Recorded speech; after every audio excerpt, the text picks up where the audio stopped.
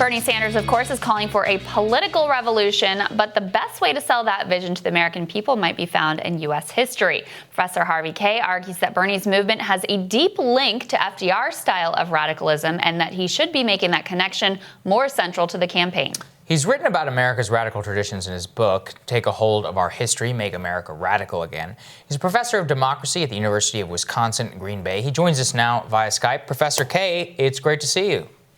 It's good to see you guys.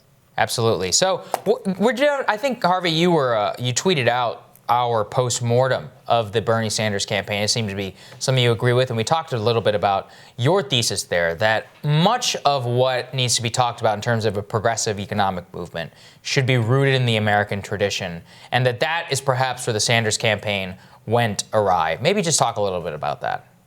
Well, here's my feeling. I was really, really excited when, in this particular campaign this past year, Bernie made such a point of linking his aspirations to those of Franklin Roosevelt's legacy and promise from the 1930s and the World War II years. I mean, we saw New Deal became Green New Deal. We saw the Economic Bill of Rights become a 21st century Economic Bill of Rights. We saw so much of what FDR's legacy and so much of the promise coming forth once again after so many years in the Bernie Sanders campaign. But one of the things that I kept wondering is, why was it that when he went into the debates, where he really had a national audience, he did not use that as a teaching moment? People said to me, well, why you make such a big deal about FDR? Young people don't remember him. Old people may not remember him that well either. Well, that's not the point. The point is that they have a deep sensibility and a deep memory of him. And what Bernie Sanders should have been doing, and if we get through today, should do it all the more aggressively, is when he has that national audience, take on the role of history teacher-in-chief, which, by the way, Franklin Roosevelt did in the 1930s.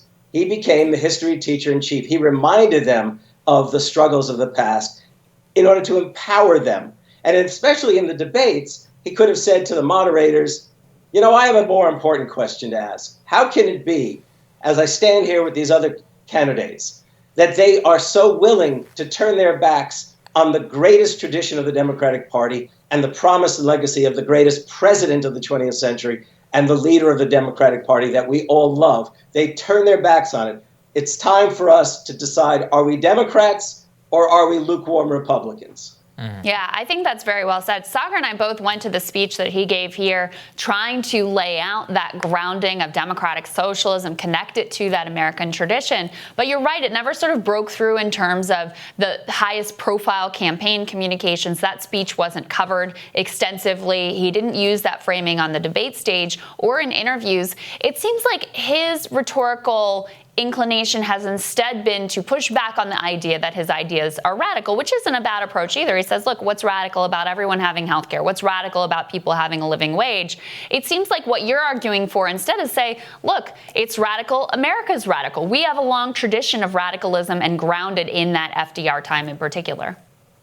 Right, he could have grabbed hold of Abraham Lincoln and Franklin Roosevelt. In fact, Roosevelt himself set a good example. Back in 1930, he said to a leading Democratic Party intellectual, the Republicans have abandoned Lincoln. How about if we grab hold of Lincoln ourselves? And then he actually said a year later, as he entered into the race for the Democratic nomination in 1932, basically said to a really good friend, I think it's time for this country to go fairly radical for a generation. And that's exactly what he did, because he had confidence in his fellow citizens. By the way, one other thing, I really do think that his need to defend democratic socialism wasted a lot of time. I think the fact is that he was indeed, he is, and should be proudly a social democrat. I don't know why we wasted our time debating the question of democratic socialism.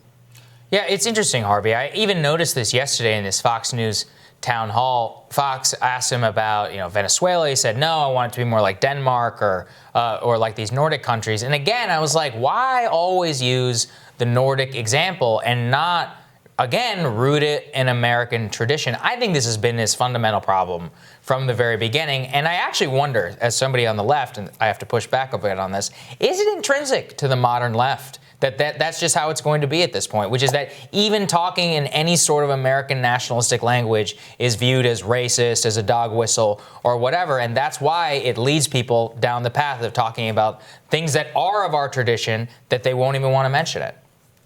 Well, Sagar, amazingly, you and I happen to agree on that. Okay, I mean, it really is the case. Look, especially because, honestly, the right has no right to claim American history. It doesn't. American history is a story of struggle for democracy, struggle for freedom and equality. And the fact is that the left can lay claim to that. And how the right can grab hold of history and completely expunge the greatest element, the greatest and most inspiring elements of American history astonishes me. It began with Ronald Reagan, and people too readily knee-jerk Reagan, in terms of their response. And for these last 40 years and more, we have failed ourselves and the American people because we have not been teaching ourselves and our fellow citizens the progressive and the radical story of America, which, by the way, the Democrats who have been running against Bernie really do seem to represent lukewarm Republicans. Well, look, we don't want to count Bernie Sanders out yet. He could have a comeback in Michigan tonight the way he did last time around. And even after tonight, the race is far from over. The big debate on Sunday where fortunes could turn around.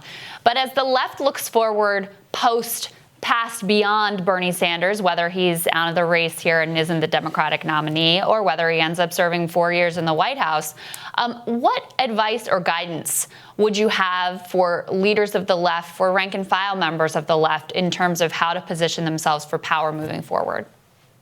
Well, one thing for sure, and I think this is the lesson, the positive lesson of Bernie Sanders, is that a candidate must not say they want to be your champion. They must do as Bernie said, basically, not me, us, and take that seriously, which means having confidence in your fellow citizens and remembering that they are looking for an American spirit, okay? Now, we can talk about coalition building. The fact is that it's up to citizens to build the coalitions and candidates on the left to really weld them together and create a narrative in which, whether you're white, black, or brown, you see the story of America as yours. I think that's very well said. Professor Harvey J. Kaye, it's always great to have you. Great to see you, sir. Thank you, sir. Thank you, guys. Thank you for having me on. Absolutely. Of course. Coming up, Team Rising on what tonight's primaries could mean for the end game of the 2020 election.